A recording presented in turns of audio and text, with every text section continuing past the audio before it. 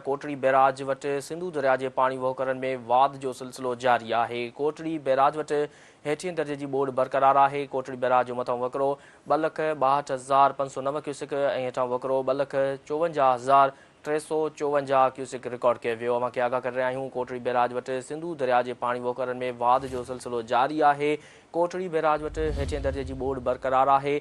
Kotri barrage जो मथां वकिरो 2,62,509 cusec ऐं हेठां वकिरो 2,54,354 क्यूसिक रिकॉर्ड कयो वियो। अव्हां खे आगाह करे रहिया आहियूं अहम ख़बर जे हवाले सां त कोटड़ी बैराज वटि सिंधु दरिया जे पाणी वहोकरनि में वाध जो सिलसिलो जारी आहे।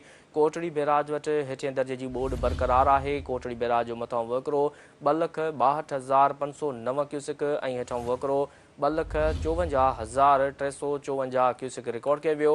हीअ अहम ख़बर आहे जेका अव्हां सां शेयर करे रहिया आहियूं त कोटड़ी बैराज वटि सिंधु दरिया जे पाणी वहोकरनि में वाध जो सिलसिलो जारी आहे।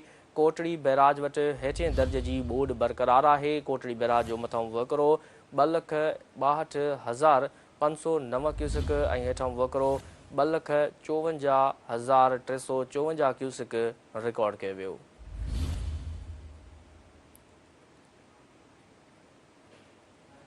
वधीक तफ़सील मालूम कंदासीं। टेलीफोन ते मौजूदु आहे कोटड़ी खां Sindh TV news reporter Ismail Bari जो। जी इस्माइल, कोटड़ी बैराज जे हवाले सां आगाह कजो। हाँ जी बिल्कुल, सिंधु दरिया में कोटड़ी बैराज जे पाणीअ जे वहकिरे में वाध थी हेठी दर्जे जी ॿोॾि डिक्लेयर कई वई आहे। उन सिलसिले में तव्हांखे ॿुधाईंदो हलां त कोटड़ी बैराज वटि ताज़ो वहकिरो अपस्ट्रीम में 2,62,509 क्यूसिक रिकॉर्ड कयो वियो आहे।